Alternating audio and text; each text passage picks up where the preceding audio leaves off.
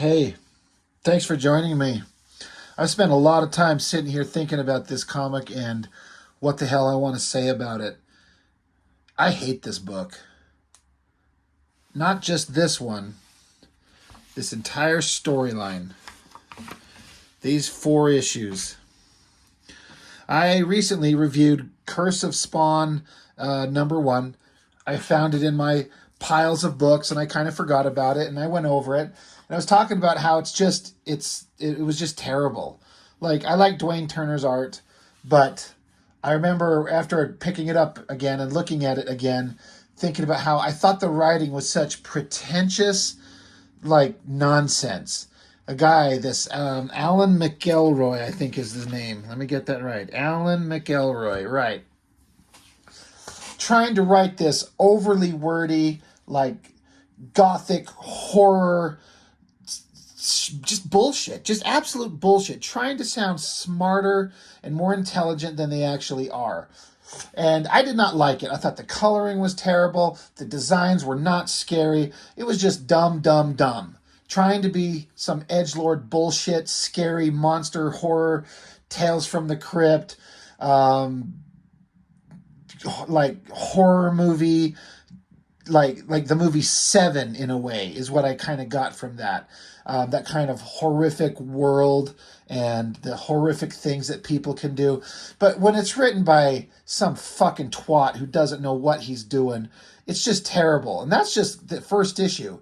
And so if I ever collected issues 2, 3, 4, I don't remember anything about them. I don't think I have them. I have no memory of them. But for some reason, I can't begin to explain. I picked up 5, 6, 7, and 8 here. And I found these. I reread them. Well, you know what? I didn't read them to a detail. I just kind of flipped through them, read parts of them, and refamiliarized myself with them. I hate these books. They are so fucking terrible. We're going to get into the why. And it's all down to the writing. I think this guy's just a pretentious piece of shit for writing this shit. And I got to be honest, I've talked a lot about Spawn itself and Todd McFarlane. I love his artwork. I love his attitude. I love his go-getter attitude. He's going to do what he wants, how he wants. No one's going to tell him otherwise. And I like that about him. I respect that about him. But these books make me lose respect for Todd McFarlane because he let them be published. Why am I so passionate about this? What the hell is so bad about these? Well, let's get into it.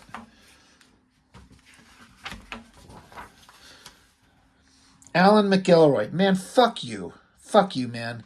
Dwayne Turner's always a good artist, and Danny Meeke on inks is always going to be really good. The colors in these books. I'm going to get this out of the way. I hate the coloring in all these books. It's such this drab, single kind of monotone bullshit. I think they're going for like that movie Seven, David Fincher with Brad Pitt and Morgan Freeman. I think they're trying to go for a vibe like that, I think. I don't know that for sure, but they're trying to do some dark, scary, like life in a city with the horrible people doing horrible shit. It's this dreary existence.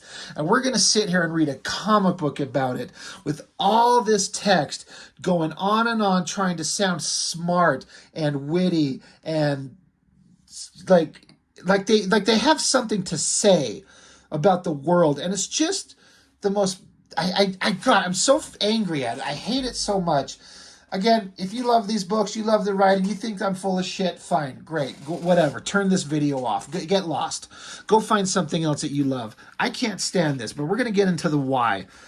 All this bullshit, I hate all this writing. It's trying to sound so smart and so, like, so much pathos and drama. It's so stupid. We start out with, there's this creepy looking douchebag, ugly guy, and all this text going on about how miserable life is and it's sucking the life out of existence and this guy is just sitting here and he just decides to like cleanse the world by popping out his gun and murdering the shit out of everybody. All right, all right, he's a scumball. We're gonna show him blowing people's brains out. All right, we're gonna have him go into a bathroom, find a fucking child, and blow his brains out, and then proceed to dismember his body. Oh, thank God I'm reading a comic book about this shit. This isn't even the stuff that gets me pissed off. Meanwhile, we're back to you got Sam and Twitch on the scene doing cop stuff, looking up murders. I, again, I can't get over how terrible the coloring is. I think these would look a lot better in black and white. That murderer guy, he like strings bodies up and takes the heads off and replaces it with a rose. I don't know what the hell. Anyway, Sam and Twitch, this is one of the few things about this book I kind of liked, is I like this panel, I like this car. That's kind of cool. But Sam and Twitch, they're zipping along and they have to lock up their brakes because they almost run over this woman trying to cross the street. Just some random lady. Gretchen Culver, they shout out her name. And they go on to kind of spend a little bit of time to show her with her short little blonde hair. That'll come up in a minute of why the hell I bothered to bring that up. But she's talking to her husband, and she's just a sweet lady with a good job and a good future. And she's just very happy and just a bright, shining light in this horrible city, right? Well, this is a Spawn comic, so ain't no one can have a good existence. She happens to like make the mistake of looking in the window and catching that same murderous guy that we saw just murdering children a little bit ago. He's in here like doing his little ritual, collecting body parts and blood and guts, and he's like, I'm just doing my work. It's necessary. He's like, but wait, you have such beautiful eyes. So she sees it in shock. She runs. He shoots at her. She ducks out of the way. In her panic, she runs into the street and accidentally gets hit by a cop car, sends her flying. And again, the text has to tell all this nonsense. Her mind is reduced to static and sparks as her nervous system swamps with pain. Gretchen doesn't feel the impact or hear the wet screech of tires and shocked gasps of bystanders. Darkness descends like a comforting shroud. Man, fuck you. And the cops are like, oh, so sad. And the murdering scumball guy kind of wanders off into the rainy night. Meanwhile, the ambulance shows up because the cops stop to call an ambulance, and they're like, "Oh, geez, hold up there! Well, don't run over her again! Don't finish her off!" So they throw her into an ambulance and take off. The ambulance going with the cop car that almost ran her over with them. Get back to another scene. Some reporter, some cops. I gotta say, I don't care. I like Dwayne Turner's artwork. I like Danny Meeky's inks a lot. But this cartoony vibe, like, look at this cop with like this fat gut and these little microscopic stumpy ass legs. I don't. It doesn't fit. It doesn't work. We're getting back to Sam and Twitch, and of course we gotta have like, oh, it's funny. Now it's funny. We've had murdered children, an innocent woman ran over by cops. But you got, Sam, and he's got like a huge fat gut and these little skinny legs, and he's chowing down a giant burger, and they're trying to, figure out what the hell's going on in this city, working a case. Whatever. They're talking cop stuff. The cartooning on the face here almost looks like Fred Flintstone in a way. This kind of weird smile. I kind of like it. The ambulance goes zipping by, the one that's carrying the lady that got hit by a cop. Meanwhile, in here, the cops that were the ones that were almost ran her over, and more cops following, and the ambulance drivers are all kind of in this scene together. One cop is saying about the girl, this Gretchen Culver, the girl that got ran over by the cops, says, Mama's got a nice little squeeze box there, don't you think, Kenny? Really? This is a comic book aimed at teenagers, and this is what we're putting into it. Sure you do. Wouldn't be no man if that sweet piece didn't put a little lead in Mr. Happy's pencil. Sure gets your pony up on his hindquarters, don't you? Go on, take a look. And then the ambulance drivers are saying, hey, gave her some painkillers, put her out, but good, Sarge, are laughing and chuckling. She might go semi-conscious at most. Hee hee ha ha. Just enough to enjoy the ride. Oh, where's this going? Is this what I'm thinking they're going to do? So the ambulance pulls off into an alleyway, shuts off its sirens. So does the cop car. The cops behind know what's going on. And let's see. Yeah, hope we don't got to wait too damn long for our turn. You see the perky headlights on that slice, bada bing, bada boom. And so one of these innocent, like newer cops, he's like, Sergeant, you're not proposing that we rape this woman. He's like, hey, you take your opportunities where you can get them. What the fuck are we reading? Are you serious? Is that where this is going? Yes, it is. Now, they're not writing this story. The stupid asshole Alan McElroy is not writing this comic trying to say these are good human beings and that this is a good funny thing. Oh, it's the horror of it all. But no, we're going to take some cops and some paramedics and they're going to pull over and with this woman who's been run over and almost killed. They're all going to get off with their little sexual fantasies with her. That's happening in a Spawn comic. This one cop's like, hey dude, I don't want to be part of this. You're sick. This is sick. And the other cops are telling, oh no, you're in it. You're here. You're part of this. You can't get out. You get the fuck in there and you do your business right now. You do it first. And so after a couple minutes, innocent cop guy's coming out with this like dead cold look in his eyes. I'm like, oh hey, look, Candy popped your cherry, huh? Not a virgin anymore. The guy pukes. And so then now another cop's like, let a man show you how it's done, rookie. Oh yeah, here comes daddy. Come on, leave some for us. Leave some for us already. Me, then you, chucklehead. You went first last time. Yeah. So these cops and paramedics are raping this woman. And then we cut to a scene where we see, her underwear on the floor, the guy's pants down around his ankles, touching her body. And in the horror of it all, somehow the woman comes to consciousness. She fights back. She grabs at anything she can do. She's yelling, get away. She happens to get her hand on his gun, pops off a shot, blows the fingers off one of the cops. So, now it's shut up, goddamn you. And then they take a nightstick and beat her to fucking death.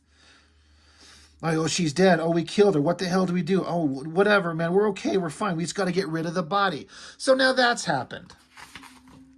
She comes back to consciousness, tries to fight for her life, and then grabbing at a gun, blows the fingers off a cop. So now they beat her to death.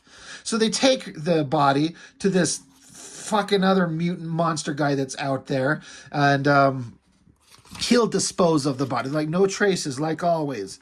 And they're like, what is he gonna do with the body? Like, trust me, you don't want to know. So now the beaten ass body with this monstrous guy, she's there and he's gonna do whatever. Who knows what he's gonna do? But her mouth opens and twitches, and he's like, oh, she's still alive. Even better. A shattering scream rises above a city of screams. A soul is in transition, being murdered and reborn out of a womb of anguish. Beautiful horror. A soul that knows that what they bore it shall reap in great agony what they have carelessly sown. I hate everything about this book. It's disgusting. Like, who thinks that this is entertainment? That we're going to write this horror shit. Fine, write horror shit. But we're going to have this whole... Like, I don't even want to, speak the words of what the hell they just did in that book. Like, this is fun. This is interesting. This is cool. This is what you want teenagers reading. Now, again, they're not trying to say that what happened was good or that the people that did it are good or that it's funny. They're saying this is a horrific thing. But we're reading a comic book. This is 1996, December of 96.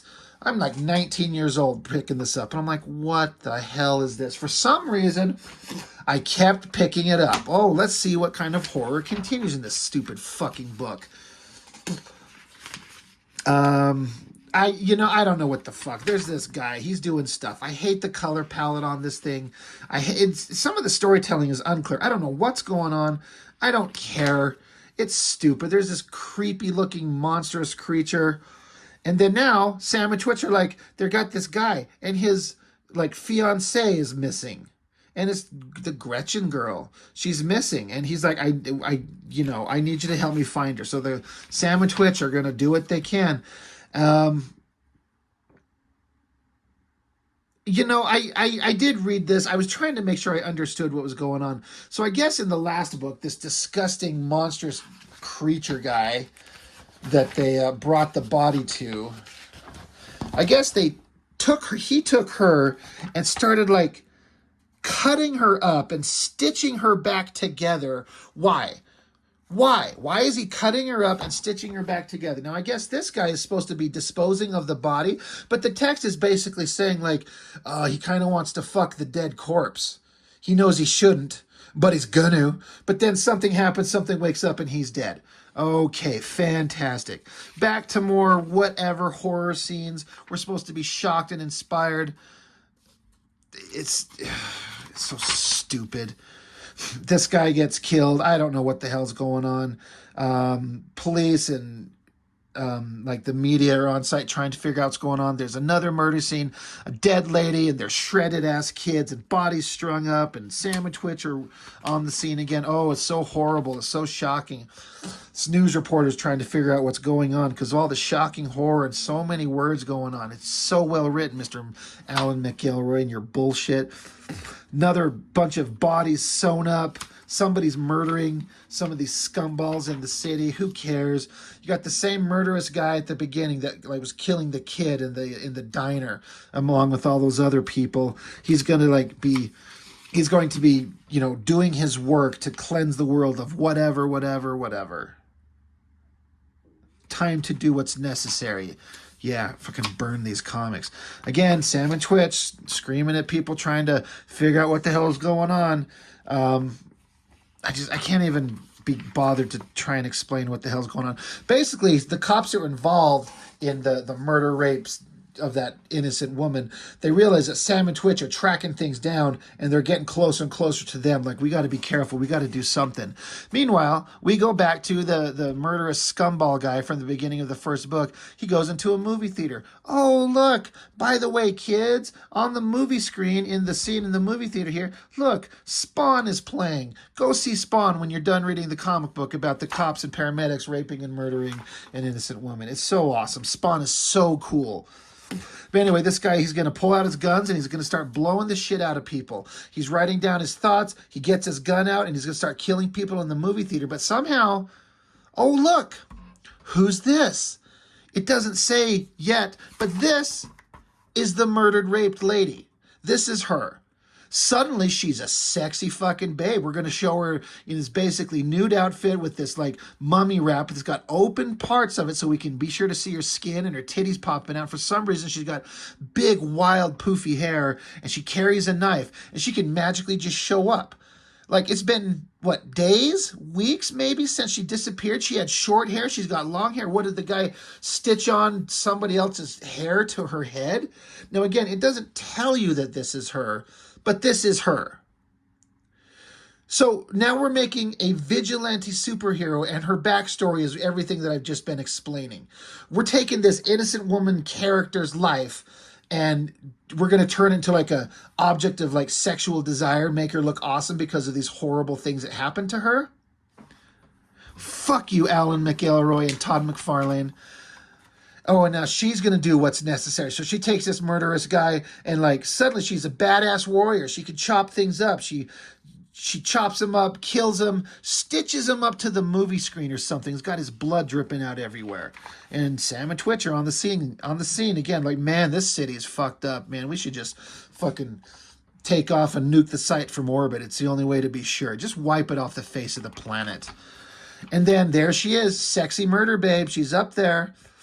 Where does the pain go? The screams, the wails for mercy. Who will make the torment of other lives matter? Weigh them on justice's scales. Life is fluid. Death thirsts. Suffice it to say, she drinks.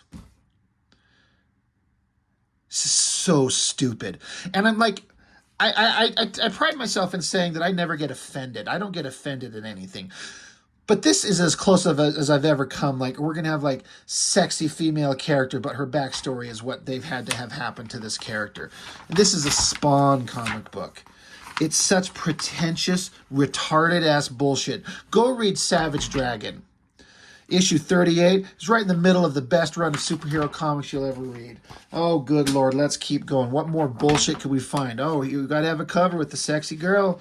Boobs and everything. Curves, long hair. Oh, but she's a murder victim. Oh, I kind of like this lightning bolt. There's one piece of artwork I kind of dig. I like the coloring on that lightning bolt. But there's her face. There she waits. That which was Gretchen Culver, shredded, destroyed, cast aside like so much detritus, now more than the sum of her parts. Behind her eyes, the soulful shriek of a thousand who have suffered no more. So, no, we got to have her going through her memories of everything that was stolen from her. We got to have a thong shot so we can see her sexy ass and her back and her hair blowing away so we can see her sexy ass. You know, now that she's been murdered and run over and beat up and stitched apart and sewn back together and whatever. Sam and Twitch are doing more cop stuff, more ridiculous like proportions. This is so stupid looking. Like Dwayne Turner could draw, but I hate this cartoony looking shit. Sam and Twitch doing more shit. Sam's got to be eating a donut because he's a fat lard ass. And then they go, I guess they find an ambulance that was the one that the girl was carried. And they go into it and pop it open. And Sam, he's seen a lot of horrible shit in his days. But here's the stitched up bodies of the ambulance drivers. And he's like, oh my God, who did this to them? Was it sexy murder lady? Oh, and they also find out that they found their dicks, or like they were chopped off and were fed to the rats. Okay, this is awesome. The remaining cops who were part of that situation, including the one who got his hand blown off, they're sitting around trying to figure out how do we get away with this? How are we gonna? Something's killing the people that were involved in this situation. And the big giant monster guy at the end of issue 1 that took the girl, he's out there collecting bodies. He runs into this lady. He ties her up in her own home, talking about how, you know, daddy used to hurt him. Why did mama let daddy hurt me? But it was a good hurt. So that's what I'm going to do. So he's got a chainsaw. And oh, look, jumping through the window like a fucking superhero with her boobs pointing out and that back arch and that sweet, sweet ass that you kind of want to fuck, right? Because that's what we do in these comics. We draw sexy babes. Well, but who cares about her backstory of being the most horrific, insultingly stupid thing you've ever read? She jumps in there like a superhero. How does she learn to fight? Why could she jump through windows? Why is she running around half naked? Like, what the hell? This is so stupid. And she's going to fight this big monster and save the girl. Okay, great. They fight. He chokes her. It doesn't affect her. He beats the ever-living shit out of her. But because she's already had the ever-living shit beaten out of her, it doesn't affect her somehow. So she's able to take her knife, start carving him up. Her knife versus his chainsaw. I can't make heads or tail of what's going on here. I don't get it. But again, we got to have her looking sexy, stabbing the big bloody monster. She kills him, gets his chainsaw, and does some horrible shit to him. Sam and Twitch show up on another scene. I don't know what's going on. I don't care. Oh yeah, they're chasing down one of the cops that had done that horrible stuff, and this cop puts his own gun to his face to try and kill himself, saying that he accepts Jesus as his Lord and Savior, but he won't accept me. No way, no chance. So he tries to shoot himself, but his gun misfires, so he can't kill himself. You know, like you're not getting off that easy. And then while these other scumballs are there, a dumpster on wheels comes rolling up, and the girl like strings up some chains on a winch and pulls out the body of this thing. How is she doing this right in front of people? No one's standing her, watch her like hook up chains and shit to lift him out of this thing. She's like, you call me suture. I'm here to surrender. Oh, we got to put the rose in her mouth to make it look sexy horrible, right? So stupid. So stupid. So stupid. Well, I guess we can only do one thing. See how this bullshit ends.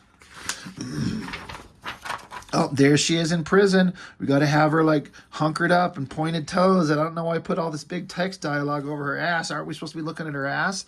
Isn't that what this girl's here for? So stupid. They've got her. They don't know who she is. They don't know what's going on. Who cares? Who cares? The cops are trying to like kill Sam and Twitch so they can't track him down to show him that to, you know, lead the case that leads back to these cops. And then the husband who was trying to find his wife, he gets shot, and so he hands off like a box with a ring in it and says, if you find Gretchen, give her this ring, let her know, and then he dies. More investigations. I'm not even going to get into this, but of course we got to have the girl looking sexy as hell. They've got her handcuffed, but because her body's been broken and stitched back up, she's able to like contort the bones in her hands to get out of the handcuffs, and she proceeds to be able to physically pick up a grown human man with a gun, throw him through a window, and we got to have a sexy silhouette because we got to have the sex appeal in the book, right? Sam and Twitch got to go track her down. And she's making her way. She's jumping up like Spider-Man, sneaking around, finding the guys beating the shit out of him. How is she a warrior? How is she jump kicking? How is she a swordsman? How is she doing any of this stuff? Oh, she got her sword back from the evidence room. Big explosion. Cops are coming to get her. She jumps up. No, we got to have the ass shot. Get the ass shot of this thing that happened to this poor woman, Sam and Twitch. They're on scene trying to get her. She's got to finish her job. She's got to murder all these pieces of shit. Oh, she catches up with the last of them, and she tells them, "Still like my squeeze box, officer?" So stupid. And so they shoot at her, and she somehow dives out of the way. But the cop is saying, see, no problem. Just got to treat women the way they need to be treated. Naked or dead, doesn't matter, so long as they end up on their backs. Yep. Edgelord shit. The cops get into a car, driving away, and somehow she's on the roof, and somehow she just punches her hand through the windshield to take the hold of the wheel and drive it off the road. Somehow. This human girl who had no indication of being a fighter or superpowers or anything like that. She's able to do that. So she's there. There's a carnival of souls. Every spot in this town is just this disgusting, dump-riddled hellhole. Everywhere they go. Sam and Twitch trying to catch up with her. Now that she's finished everything, she's sitting there, and Twitch puts it together. She's like, oh, this is Gretchen Culver. This is her. And so Twitch is like holding her, comforting her. And she's saying, why did this have to happen? I didn't want this. And Twitch is like, I know, I'm sorry for what they did. Anyway, they give her the box with the ring. And she's like, they took him too, didn't they? He's dead. Her fiance is dead. Yep, he's dead. And what the hell's going on in this world? I can't believe this nonsense. But you know what? They let her go. For some reason, they let her go run off.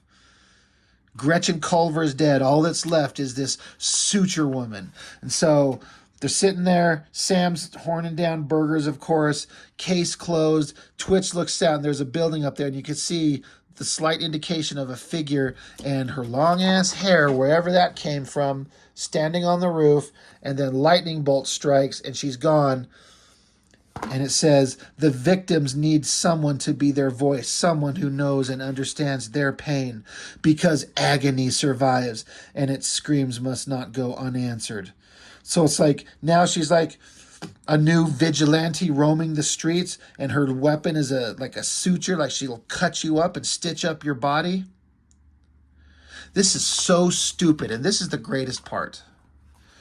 In this is one of the things, like, I do believe that Todd McFarlane wants to give his readers the best product that he thinks he can make, even though this is a giant steaming pile of shit. But he does something interesting here. People will write in and ask questions, and he'll have different people of the creative team answer the questions that's directed towards them. Like Dwayne Turner, the artist, answers a specific question here. Danny Meeke, the inker, answers a question here. Todd McFarlane answers a question here. The writer, Alan McElroy, McFuckwad, this thing starts out, I just finished reading Curse of Spawn 5, the first issue. I'm completely amazed at your abilities. You're a great writer. I'm sure you're already aware of that. This is the most stomach-turning story I've ever read in the comic book field. Yeah, no shit. So this guy who's writing in says, what have you written in the past so that I may enjoy reading more of your great stories? I'm sure the movie is going to be great knowing that you wrote it, and I can't wait to see it. Thank you for being part of the Spawn team. Well, we all know the Spawn movies suck shit. But anyway, the writer, Alan, he writes in because the guy was asking, what other stories have you written? Alan McElroy responds, nothing. I had a short story published in a short story magazine a long time ago, and you'd never find it. I do enjoy writing, and it is my hope that someday I will have a novel published. Until then, you'll just have to keep reading Curse of the Spawn. So McFarlane found this fucking chucklehead who's never written before and says, write my new book. You understand the horror-themed shit. Do whatever. And he's like, yeah, totally. I've never written before. I've never been published before. But he says he likes to write. So, of course, McFarlane's pimping the shit out of his movie. He should. Of course he would. Of course it sucked. Sucked ass. The animated series, I heard that it was good. I've only seen bits and pieces of it, but I don't care to revisit it. So, anyway, I'm sorry if you disagree with me. I'm sorry if you think that I'm being overly dramatic or that I'm just blowing this out of proportion. This is the stupidest comic book I've ever read. I would read a Rob Liefeld book 1,000 times over before I read this shit ever again. It's just absolute trash. I'd read those Valiant books before I read these again. And I sit here thinking about the things that I've been reviewing recently. Comics of pure genius and joy. Tom Strong. J. Scott Campbell's Danger Girl. Dale Keown's Pit. These are fun. These are exciting. These are interesting in different varying ways. They're not all the same thing. They're different themes. Some are simpler. Some are more lighthearted. Some are serious. But this has nothing of any value. Dwayne Turner can draw. Danny Mika can do great inks. I'd get at least a little bit of artistic interest out of these if they were printed in black and white. I would love to see this artwork in black and white still. The coloring is terrible, and I hate the story. I hate it. I think it's disgusting. I think it's offensive. It's stupid.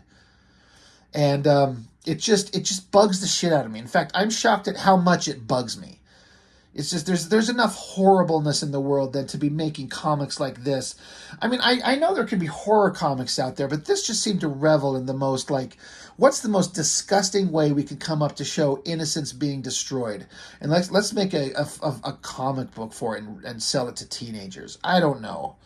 I've never been into horror movies. I mean, there's plenty of them that I like and I get the kind of the horror movies, no one gets out alive, no one gets away. That's kind of the point. But this is just beyond ridiculous. So again, I apologize. If you love these books, good for you. Great. I'm thrilled for you. I'm glad that you think that these are well written. This is absolute trash. This is the winner for the worst comic and stupidest writing I've ever read ever on the channel. And I don't think anything will ever beat it. I mean, I've got some technically, objectively worse books, worse writing and worse art from independent publishers, but I would read them 1,000 times over this bullshit nonsense. Anyway, I'm just going to stop rambling about it. I hate them. They suck. And I think they should be embarrassed by these books. Anyway, thanks for joining me. I appreciate it as always. Catch you on the next one.